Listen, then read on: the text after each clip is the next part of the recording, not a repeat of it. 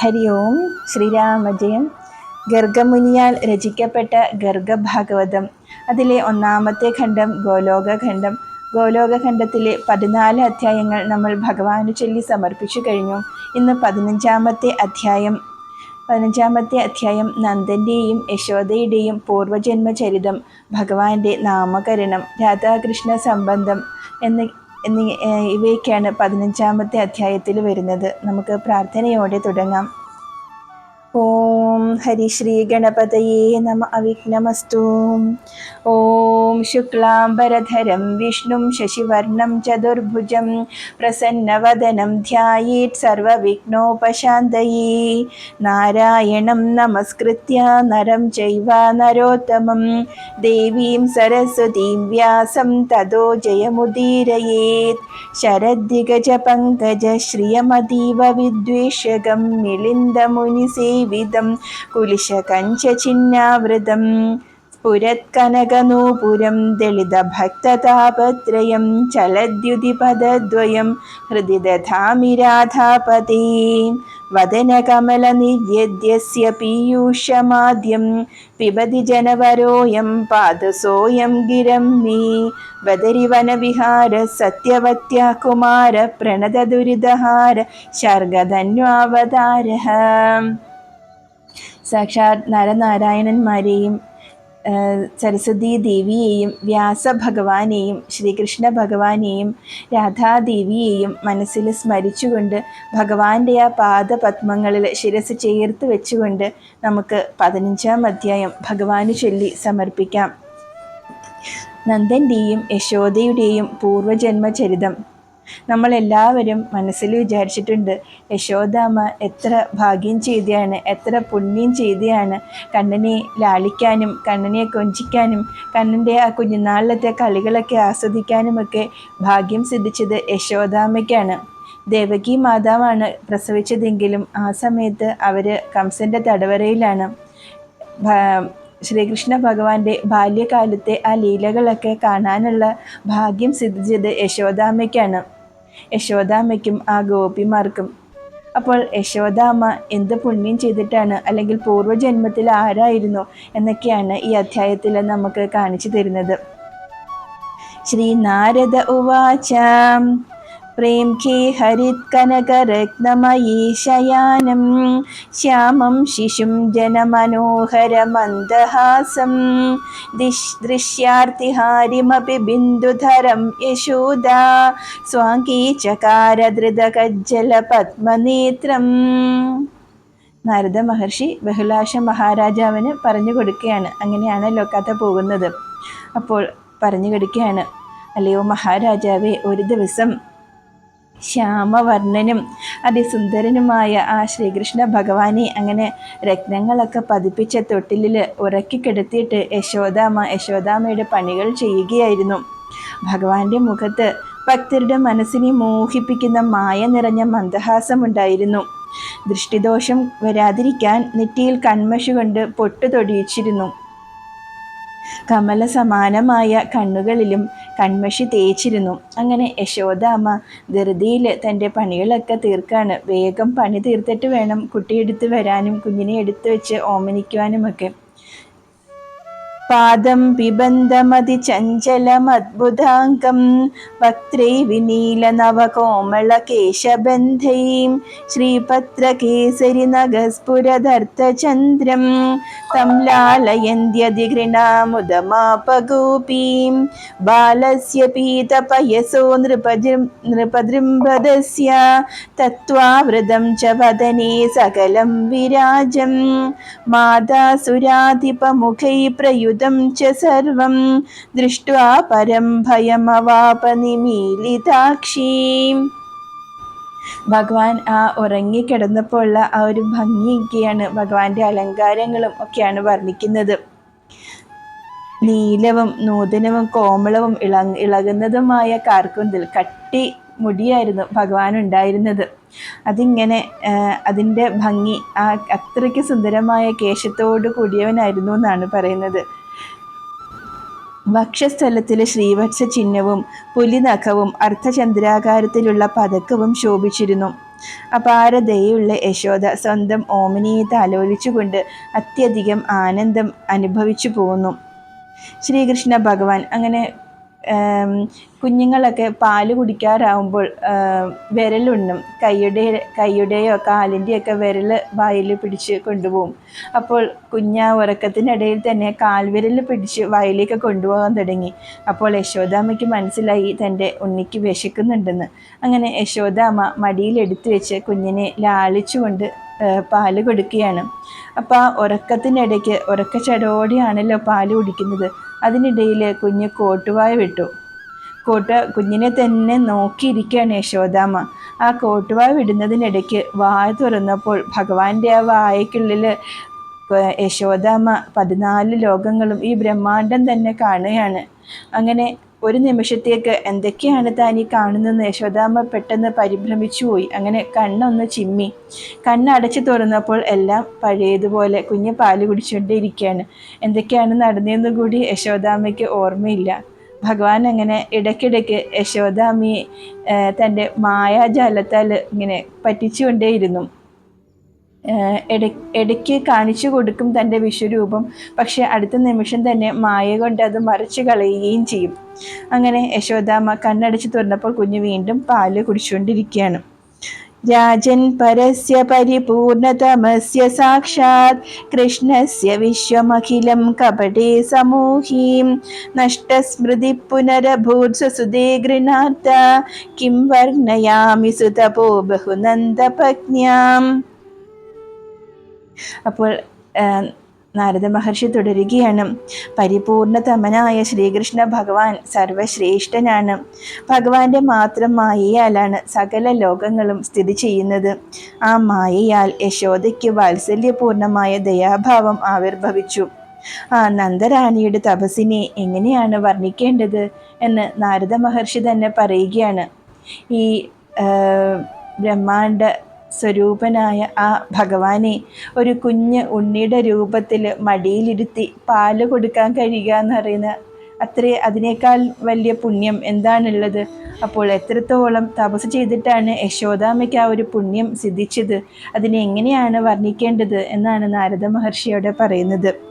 ശ്രീ ബഹുലാശ ഉവാച നന്ദോ യശോദയാ സാർത്ഥം കിചകാര തപോ മഹത് യേന ശ്രീകൃഷ്ണചന്ദ്രോ അഭിപുത്രീ ഭൂതോ ബഭൂവ.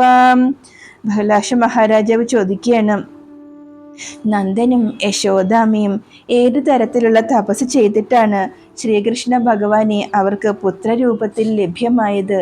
അവരുടെ പൂർവജന്മകഥ ഒന്ന് പറഞ്ഞു തരുമോ എന്ന് നാരദ മഹർഷിയോട് ചോദിക്കുകയാണ്. ശ്രീ നാരദ ഉവാച അഷ്ടാനാം വൈവസൂനാം ച ദ്രോണാം മുഖ്യോധരാപതിഃ അഷ്ടാനാം വൈവസൂനാം ച ദ്രോണോ മുഖ്യോധരാപതിഃ അനപത്യോ വിഷ്ണുഭക്തോ ദേവരാജ്യം ചകാരഃ ഏകദാ പുത്രകാംക്ഷീ ച ബ്രഹ്മണാനോദിതോ നൃപാം മന്ദരാദ്രീം ഗതസ്തപ്തും ധരയാ ഭാര്യയാ സഹ. അങ്ങനെ നാരദ മഹർഷി അവരുടെ ആ പൂർവജന്മചരിതം ഇവിടെ പറഞ്ഞു തുടങ്ങുകയാണ്. അഷ്ടവസുക്കൾ നമ്മൾ കേട്ടിട്ടുള്ളതാണ്. അഷ്ടവസുക്കൾ എന്ന് ഈ പ്രകൃതി ശക്തികളാണ്. മഹാവിഷ്ണുവിനെയും ദേവേന്ദ്രനെയും ഏറ്റവും അടുത്ത് നിൽക്കുന്ന പ്രകൃതി ശക്തികളാണ് അഷ്ടവസുക്കൾ എന്ന് പറയുന്നത്. ഈ അഷ്ടവസുക്കളിൽ ശ്രേഷ്ഠനായിരുന്ന വസുവായിരുന്നു ദ്രോണൻ. ദ്രോണൻ്റെ ഭാര്യയാണ് ധര. ഇവർക്ക് കുട്ടികൾ ഉണ്ടായിരുന്നില്ല. അവർ ഭഗവാൻ ശ്രീകൃഷ്ണൻ്റെ പരമഭക്തരായിരുന്നു. അവർക്ക് ദേവരാജ്യം ഭരിക്കാനുള്ള ഒരു അവസരവും ഉണ്ടായി. അങ്ങനെ അവർ ദേവരാജ്യം ഭരിച്ചു. പക്ഷെ അവർക്ക് കുഞ്ഞുങ്ങൾ ഉണ്ടായില്ല. അപ്പോൾ അവർ മന്ദരാജലത്തിൽ ചെന്ന് ബ്രഹ്മാവിൻ്റെ ആജ്ഞ അനുസരിച്ചിട്ട് തപസ് ചെയ്യുവാൻ തുടങ്ങി. കന്ദമൂലഫലാഹാരൗ തപ്തപർണാശനൗസ്തദഃ ജലഭക്ഷൗ തദസ്തൗദോ നിർജ്ജലൗർനിർജ്ജനേ സ്ഥിതൗ. അവരുടെ തപസ് തപിപ്പിക്കുക, തപശക്തിയിലൂടെയാണ് അവർ അവരുടെ പല സിദ്ധികളും നേടുന്നത്. അപ്പോൾ അവരുടെ തപസ് എങ്ങനെയായിരുന്നു എന്നാണ്. നമ്മൾ പലതും നമുക്ക് ഇഷ്ടപ്പെട്ട പലതും വർജിച്ചുകൊണ്ടാണ് തപസ് എടുക്കുന്നത്. അപ്പോൾ ഇവരുടെ തപസ് എങ്ങനെയായിരുന്നു എന്ന് നോക്കാം. ആദ്യം അവർ ഫലമൂലാദികൾ മാത്രമാണ് കഴിച്ചത്. പിന്നീട് അതും ഉപേക്ഷിച്ചിട്ട് ഉണങ്ങിയ ഇലകളും അത് കഴിഞ്ഞ് വെള്ളം മാത്രം കുടിച്ചു. അതിനുശേഷം അവർ ജലവും ഉപേക്ഷിച്ച് നിർജ്ജലമായിട്ട് തപസ് അനുഷ്ഠിച്ചു. വർഷാണാമർബുദേ യാതേ തപസ്തപ്തവതോർദ്വയോ ബ്രഹ്മാ പ്രസന്നസ്താവേത്യ വരം ബ്രൂഹീത്യുവാചഃ വാൽമീകാ നിർഗതോ ദ്രോണോ ധരയാ ഭാര്യയാ സഹ നത്വാ വിധിംശ്ച സംപൂജ്യ ഹർഷിതൗ പ്രാഹതം പ്രഭും. അങ്ങനെ അവസാനം ജലവും ഉപേക്ഷിച്ച് അവർ തപസ് അനുഷ്ഠിച്ച് 10 കോടി വർഷം അങ്ങനെ തപസ് ചെയ്തു എന്നാണ് പറയുന്നത്. അങ്ങനെ 10 കോടി വർഷങ്ങൾ പിന്നിട്ടപ്പോൾ ബ്രഹ്മാവ് പ്രസന്നനാവുകയും അവരുടെ മുന്നിൽ വന്ന് വരം ചോദിക്കുവാൻ അവരോട് പറയുകയും ചെയ്തു. അപ്പോഴേക്കും അവർ ചിതൽ പുറ്റ്, മണ്ണുകൊണ്ടുള്ള പുറ്റിനകത്തായിപ്പോയിരുന്നു. അത്രയും വർഷം അനങ്ങാതിരുന്ന് തപസ് ചെയ്തപ്പോൾ അവരെ ചിതൽ മണ്ണ് വന്ന് മൂടിയിരുന്നു. ബ്രഹ്മദേവൻ്റെ ആ ശബ്ദം കേട്ട് അവർ ആ ചിതൽ പുറ്റിൽ നിന്നും പുറത്തു വന്ന് ബ്രഹ്മദേവനെ പ്രണമിക്കുകയും പൂജിക്കുകയും പിന്നീട് ഇപ്രകാരം പറയുകയും ചെയ്തു. ശ്രീ ദ്രോണ ഉവാച പരിപൂർണതമേ കൃഷ്ണേ പുത്രീഭൂതേ ജനാർദ്ദനേ ഭക്തി സ്യാദാവയോര്യാം വൈ വദന്തി പ്രേമലക്ഷണാം യയാം ജസാതരം ദീഹ ദുസ്തരം ഭവസാഗരം നാന്യം വരം വാഞ്ചിതം സ്യാദാവയോസ്തപതോർവിധീം. അവർ ബ്രഹ്മദേവനെ പൂജിച്ച് സത്കരിച്ചിരുത്തിയിട്ട് ബ്രഹ്മദേവനോട് പറയുകയാണ്, അല്ലയോ വിധാതാവേ, പരിപൂർണതമനായ ശ്രീകൃഷ്ണ ഭഗവാനെ തന്നെ ഞങ്ങൾക്ക് പുത്രരൂപത്തിൽ കിട്ടണം. ആ ഭഗവാനോടുള്ള പ്രേമഭക്തി എപ്പോഴും ഉണ്ടായിരിക്കണം. ഏതൊരു ഭക്തി കൊണ്ടാണോ ഈ ഭവസാഗരത്തെ, ഈ ലോകത്തിനെ ജനന മരണത്തിന് വിധേയമായ ഈ പ്രപഞ്ചത്തെ തരണം ചെയ്യാൻ സാധിക്കുന്നത്, ആ വരമാണ് ഞങ്ങൾക്ക് വേണ്ടത്. അതിൽ നിന്ന് വിഭിന്നമായി യാതൊരു വരവും ഞങ്ങൾക്ക് ആവശ്യമില്ല. അപ്പോൾ ബ്രഹ്മദേവൻ എന്താണ് പറയുന്നത്? ശ്രീ ബ്രഹ്മോവാച യുവാഭ്യാം യാചിതം യന്മേ ദുർഘടം ദുർലഭം വരം തഥാ വിഭൂയാത് സബലം യുവയോരന്യജന്മനി. ബ്രഹ്മദേവൻ പറയുകയാണ്, സാക്ഷാത് പരിപൂർണതമനായ ശ്രീകൃഷ്ണ ഭഗവാനെ തന്നെയാണ് പുത്രരൂപത്തിൽ വേണമെന്ന് അവരുടെ ആവശ്യം പറഞ്ഞിരിക്കുന്നത്. അദ്ദേഹം പറയുകയാണ്, നിങ്ങൾ ആവശ്യപ്പെട്ട വരം വളരെ ദുർലഭവും ദുർഘടവുമാണ്. എന്നിരുന്നാലും അടുത്ത ജന്മം ഈ വരം സഫലമാകും. അങ്ങനെ അനുഗ്രഹിച്ചിട്ട് ബ്രഹ്മദേവൻ അവിടുന്ന് അപ്രത്യക്ഷമാകുന്നു. ശ്രീ നാരദ ഉവാച ദ്രോണോ നന്ദോ ഭവദ്ഭൂമോ യശോദാസാധരാശോ സ്മൃതാം കൃഷ്ണോ ബ്രഹ്മവചഃ കർത്തും പ്രാപ്തോ ഘോഷേപി ദുഃപുരാത് സുധാഖണ്ഡാത് പരം ഇഷ്ടം ശ്രീകൃഷ്ണചരിതം ശുഭം ഗന്ധമാദന ശൃംഗീ വൈ നാരായണമുഖാശ്രിതം കൃപയാ ച കൃതാർത്ഥോഹം നരനാരായണസ്യ ച മയാ തുഭ്യം ച കഥിതം കിം ഭൂയ ശ്രോതുമിച്ഛസി. നാരദ മുനി തുടരുകയാണ്, അങ്ങനെ ആ 10 കോടി വർഷങ്ങൾ അവരുടെ ആ കഠിന തപസ്സിൻ്റെ ഫലമായിട്ടാണ് ആ ദ്രോണനും ആ ധരയുമാണ് യശോദയും നന്ദഗോപരായിട്ടും ജന്മമെടുത്തിരിക്കുന്നത്. ശ്രീകൃഷ്ണ ഭഗവാൻ ആ ബ്രഹ്മദേവൻ്റെ വാക്കുകൾ സത്യമാക്കുവാൻ വേണ്ടിയിട്ടാണ് വസുദേവർക്കും ദേവകി മാതാവിനുമാണ് അവർ ഉണ്ണിയായിട്ട് പിറന്നതെങ്കിലും യശോദയെടുത്തും നന്ദഗോപരുടെ അടുത്തേക്കും എത്തിയത് ആ ബ്രഹ്മദേവൻ്റെ വാക്കുകൾ സത്യമാക്കുവാൻ വേണ്ടിയിട്ടാണ്. അമൃതത്തേക്കാൾ മാധുര്യമേറിയ ഈ ശ്രീകൃഷ്ണ ചരിതം ഇനി നാരദ മഹർഷി ഇതൊക്കെ എങ്ങനെ അറിഞ്ഞു എന്നാണ് ബഹുലാശ മഹാരാജാവിൻ്റെ ഉള്ളിൽ പെട്ടെന്ന് സംശയം വന്നത്. അപ്പോൾ നാരദ മഹർഷി ആ ചോദ്യം ചോദിക്കുന്നതിന് മുന്നേ തന്നെ പറയുകയാണ്, ഗന്ധമാദന പർവ്വതത്തിൽ വെച്ചിട്ട് അദ്ദേഹത്തിൻ്റെ ഗുരുക്കന്മാരായ നരനാരായണൻ അവരിൽ നിന്നുമാണ് ഈ കഥ ഞാൻ ശ്രവിച്ചത്. നരനാരായണന്മാരുടെ കൃപയാൽ ഞാൻ കൃതാർത്ഥനാണ്. അവരിൽ നിന്നും കേട്ട ഈ ചരിത്രമാണ് ഞാനിപ്പോൾ നിന്നെ കേൾപ്പിച്ചിരിക്കുന്നത്. ഇനി എന്താണ് നിനക്ക് കേൾക്കേണ്ടത്, പറയൂ. നാരദ മഹർഷി അത്രത്തോളം സന്തോഷത്തോടെയും ഉത്സാഹത്തോടെയാണ് പറയുന്നത്. ഭഗവാന്റെ കഥകളല്ലേ പറയുന്നത്. ശ്രീ ബഹുലാശ ഉവാച നന്ദഗേഹേ ഹരി സാക്ഷാത് ശിശുരൂപ സനാതന കിം ചകാരബലേനാഭി തന്മേ ബ്രൂഹി മഹാമുനി.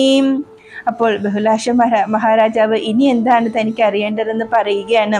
അല്ലയോ മഹാമുനി, ആ ശിശുരൂപിയായ സനാതന പുരുഷൻ സാക്ഷാത് ശ്രീകൃഷ്ണ പരമാത്മാവ് ബലരാമനോടൊപ്പം എന്തൊക്കെ ലീലകളാണ് നന്ദഗൃഹത്തിൽ ആടിയതെന്ന് പറഞ്ഞു തന്നാലും എന്നാണ് രാജാവ് പറയുന്നത്. ശ്രീ നാരദ ഉവാച ഏകദാ ശിഷ്യ സഹിതോ ഗർഗാചാര്യോ മഹാമുനി ശൗരിനാനോദിത സാക്ഷാദായയൗ നന്ദമന്ദിരം. അപ്പോൾ ഭഗവാന്റെ ലീലകളാണല്ലോ ഇതുവരെ പറഞ്ഞുകൊണ്ടിരുന്നത്. പൂതനാമോക്ഷം, ശകടാസുര മോക്ഷം, തൃണാവർത്തന മോക്ഷം കൊടുത്തത്, ഇതൊക്കെ ആ 3 മാസത്തിനുള്ളിൽ ചെയ്ത ലീലകളാണ്. അപ്പോൾ ഇനി എന്താണ് ഉണ്ടായതെന്ന് നാരദ മഹർഷി പറയുകയാണ്. ഒരിക്കൽ ഇവരുടെ കുലഗുരുവായ യദുകുലത്തിൻ്റെ കുലഗുരുവായ ഗർഗ മഹർഷി ഗർഗമുനി തൻ്റെ ശിഷ്യന്മാരോടൊപ്പം വസുദേവർ കംസൻ്റെ തടവറയിലാണെങ്കിലും തൻ്റെ കുട്ടിയെ പറ്റിയിട്ടുള്ള ചിന്തകളാണ് മനസ്സ് നിറയെ. ഈ 16 സംസ്കാരങ്ങളുണ്ട്. അപ്പോൾ ജനിക്കുമ്പോൾ തൊട്ട് ചെയ്തു തുടങ്ങുന്ന സംസ്കാരങ്ങളാണ് കുഞ്ഞിൻ്റെ നല്ല ഭാവിക്കൊക്കെ വേണ്ടിയിട്ടാണ്. അപ്പോൾ അവർ തടവറയിലായതുകൊണ്ട് അവർക്കതൊന്നും ചെയ്യാൻ പറ്റുന്നില്ല. അതിലൊന്നാണ് നാമകരണം എന്ന് പറയുന്നത്. അങ്ങനെ വസുദേവർ ഗർഗ മഹർഷിയോട് പറയുകയും തൻ്റെ ആ യദുകുലത്തിൻ്റെ കുലഗുരുവായ ഗർഗ മഹർഷി തൻ്റെ ശിഷ്യന്മാരോടൊപ്പം ഭഗവാന്റെ നാമകരണത്തിനായിട്ട് തന്നെ നന്ദഗോപരുടെ ഗൃഹത്തിലേക്ക് എത്തിച്ചേരുകയും ചെയ്യുകയാണ്. നന്ദസംഭൂജ്യ വിധിവത് പാദ്യാധീർമുനി സത്തമം തത പ്രദക്ഷിണീകൃത്യ സാഷ്ടാംഗം പ്രണനാമഹ. അപ്പോൾ കുലഗുരുവല്ലേ ഗർഗ മഹർഷി വന്നപ്പോൾ തന്നെ നന്ദഗോപരും യശോദാമയും കൂടി ചെന്ന് ഗർഗമുനിയെ സ്വീകരിച്ച് സത്കരിച്ച് ഇരുത്തി. എന്നിട്ട് സാഷ്ടാംഗം പ്രണമിച്ചിട്ട് ഇപ്രകാരം പറയുകയാണ്. ശ്രീ നന്ദ ഉവാച അദ്യത പിതരോ ദേവാ സന്തുഷ്ട അഗ്നയശ്ചനഃ പവിത്രം മന്ദിരം ജാതം യുഷ്മശരണരേണുഭിഃ മത്പുത്ര നാമകരണം കുരുദ്വിജ മഹാമുനി പുണ്യൈ തീർത്ഥൈശ്ച ദുഷ്പ്രാപ്യം ഭവദാഗമനം പ്രഭോ. നന്ദഗോപുര് പറയുകയാണ്, ഇന്ന് ഞങ്ങളുടെ പിതൃക്കൾ ദേവത അഗ്നി എന്നിങ്ങനെ എല്ലാവരും സന്തുഷ്ടരായി. അവിടുത്തെ ചരണധൂളിയാൽ എൻ്റെ ഗൃഹം പവിത്രമായി. മഹാത്മാക്കള് അവരുടെ പാദസ്പർശനം കൊണ്ട് തന്നെ നമ്മുടെ ഗൃഹം, നമ്മുടെ ഭൂമി ഒക്കെ പുണ്യമാവുമെന്നാണ് പറയുന്നത്. അത്രത്തോളം ഒരു പുണ്യാത്മാവായിരുന്നു ഗർഗ മഹർഷി തൻ്റെ ഗൃഹത്തിലേക്ക് വന്നതിൽ അത്യധികം സന്തോഷവാനായി എന്ന് നന്ദഗോപുര് പറയുകയാണ്. മഹാമുനി, അവിടുന്ന് എൻ്റെ കുട്ടിയുടെ നാമകരണം നടത്തിയാലും അനേകം പുണ്യങ്ങൾ ചെയ്താലും അനേകം തീർത്ഥങ്ങളെ സേവിച്ചാലും അവിടുത്തെ ശുഭാഗമനം ലഭിക്കുകയില്ല. ഈ മഹാമുനിമാരുടെയൊക്കെ അവരുടെ പാദങ്ങളെ ശുശ്രൂഷിക്കുക, അവരുടെ പാദസ്പർശനം ഏൽക്കുക എന്ന് പറയുന്നത് നമ്മൾ പുണ്യനദികളിൽ തീർത്ഥസ്നാനം ചെയ്യുന്നതിനേക്കാളും വലിയ പുണ്യമാണ്. നമ്മുടെ പാപങ്ങളൊക്കെ കഴുകിക്കളയാൻ നമ്മൾ ആ പുണ്യനദികളുടെ അവിടെ വരെ പോകേണ്ട ആവശ്യമില്ല. ഇതേപോലുള്ള മഹാത്മാക്കളുടെ പാദസേവ ചെയ്താലും മതി. ആ പുണ്യനദികൾ ഇവരുടെ പാദസേവ ചെയ്യാൻ വേണ്ടിയിട്ട് കാത്തു നിൽക്കുന്നു എന്നാണ് പറയുന്നത്. അങ്ങനെ നന്ദഗോപുര് പറയുകയാണ്, എത്ര പുണ്യങ്ങൾ ചെയ്താലും എത്ര തീർത്ഥങ്ങളെ സേവിച്ചാലും അങ്ങയുടെ ഈ ശുഭാഗമനം ലഭിക്കുകയില്ല. അത്രത്തോളം പവിത്രമായിരിക്കുകയാണ് എന്ന് പറയുകയാണ്. എൻ്റെ മകന് നാമകരണം ചെയ്താലും എന്ന് അഭ്യർത്ഥിക്കുകയാണ്.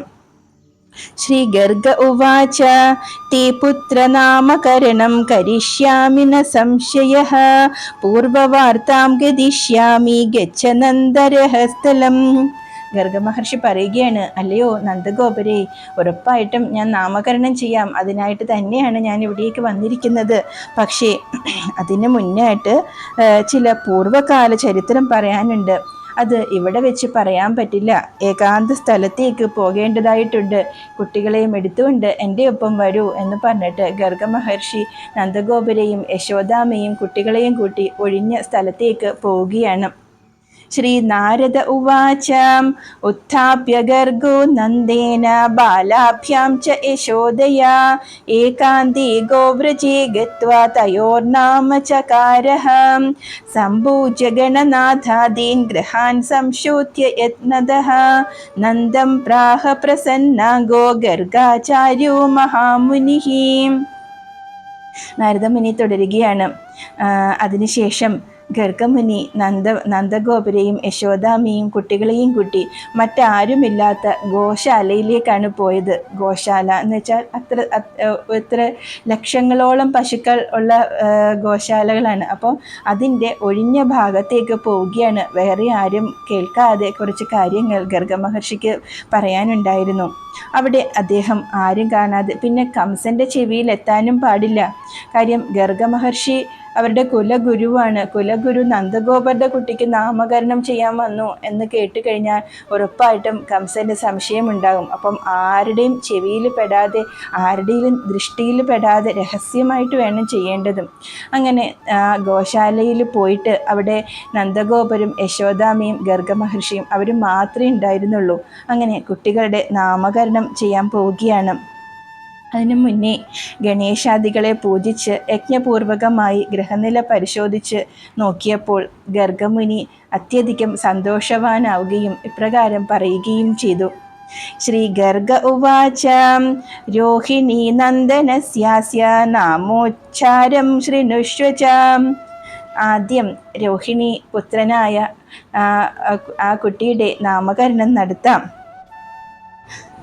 രമന്തി യോഗിനോ ഹ്യസ്മിൻ സർവത്ര രമതീതി വാ ഗുണൈശ്ച രമയൻ ഭക്താം സ്തേന രാമം വിദുഃ പരേ ഗർഭസംഘർഷനാദസ്യ സംഘർഷണ ഇതി സ്മൃതഃ സർവാവശേഷാദ്യം ശേഷം ബലാധിക്യാത് ബലം വിദുഃ.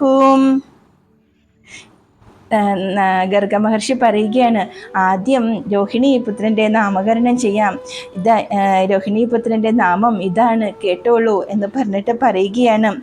യോഗികൾക്ക് രമിക്കാൻ സാധിക്കുന്നതിനാലും സ്വന്തം ഗുണം കൊണ്ട് ഭക്തജനങ്ങളെ രമിപ്പിക്കുന്നതിനാലും ഈ കുട്ടി രാമ എന്ന പേരിൽ അറിയപ്പെടുന്നു.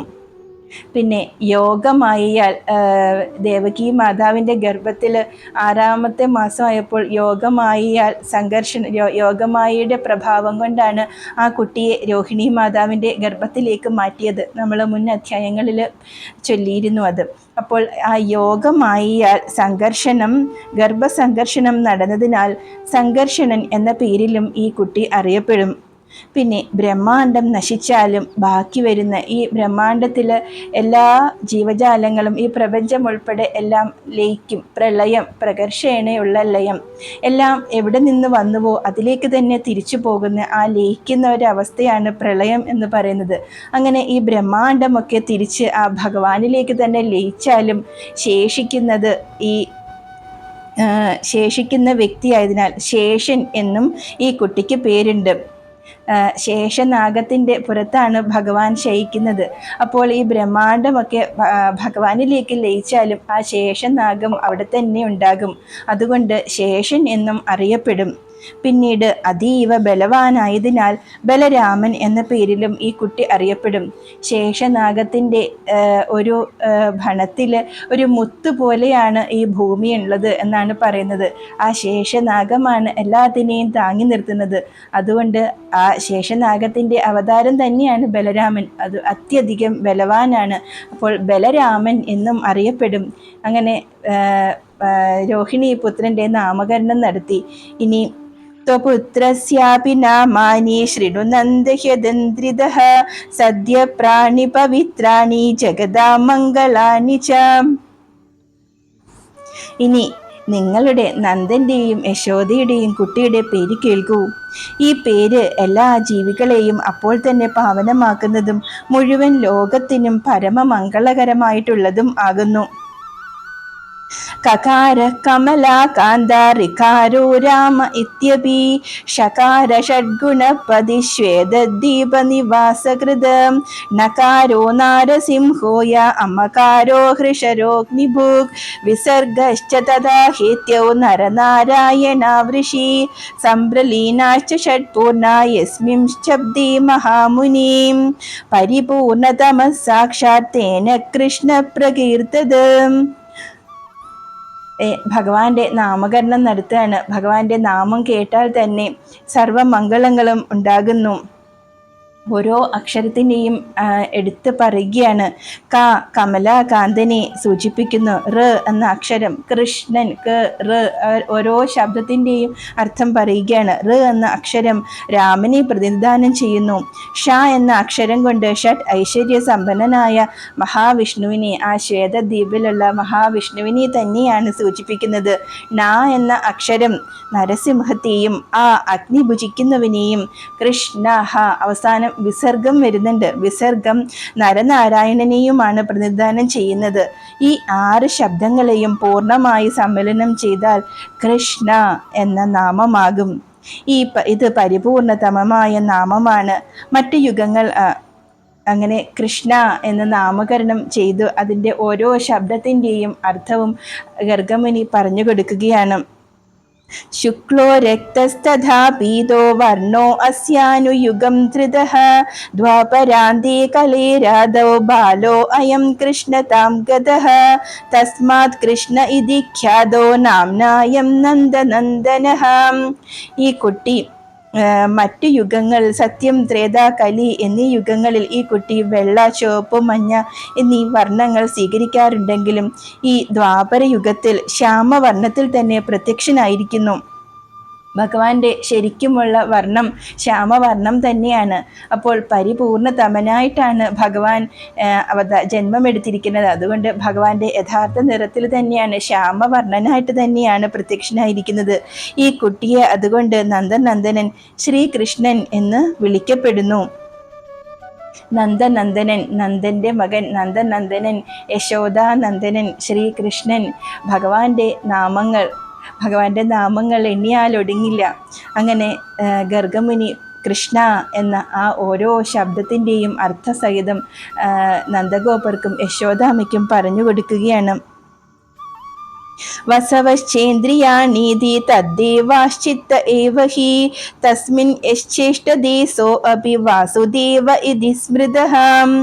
ഇനി ഈ കുട്ടിക്ക് വാസുദേവൻ എന്നൊരു പേര് കൂടിയുണ്ട്. വസുദേവരുടെ പുത്രനായതുകൊണ്ട് വാസുദേവൻ. പക്ഷേ യശോദാമ്മയ്ക്കും നന്ദഗോപർക്കും അത് അറിയില്ല. അത് ഗോപ്യമായി വെച്ചിരിക്കുന്നതാണ്. അപ്പോൾ അതുകൊണ്ട് അത് പറയുന്നില്ല. വാസുദേവൻ, വസിക്കുക, സർവ്വതിലും വസിക്കുന്നത് കൊണ്ട്.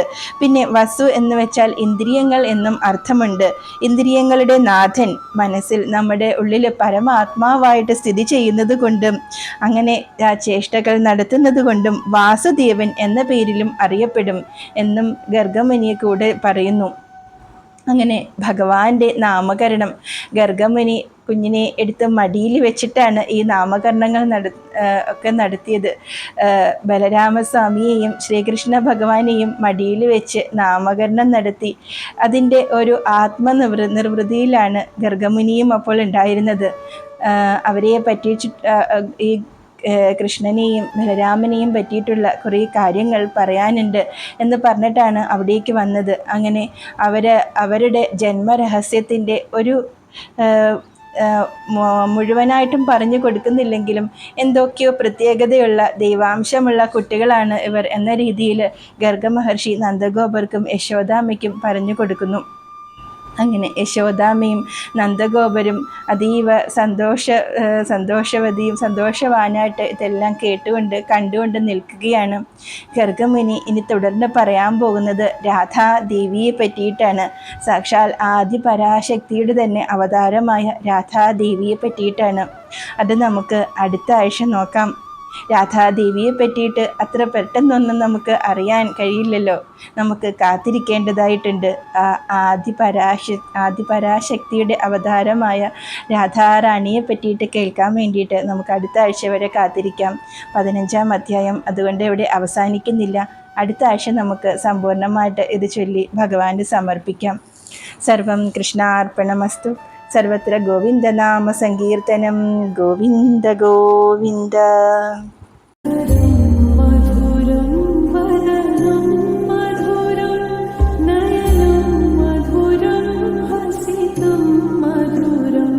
ഹൃദയ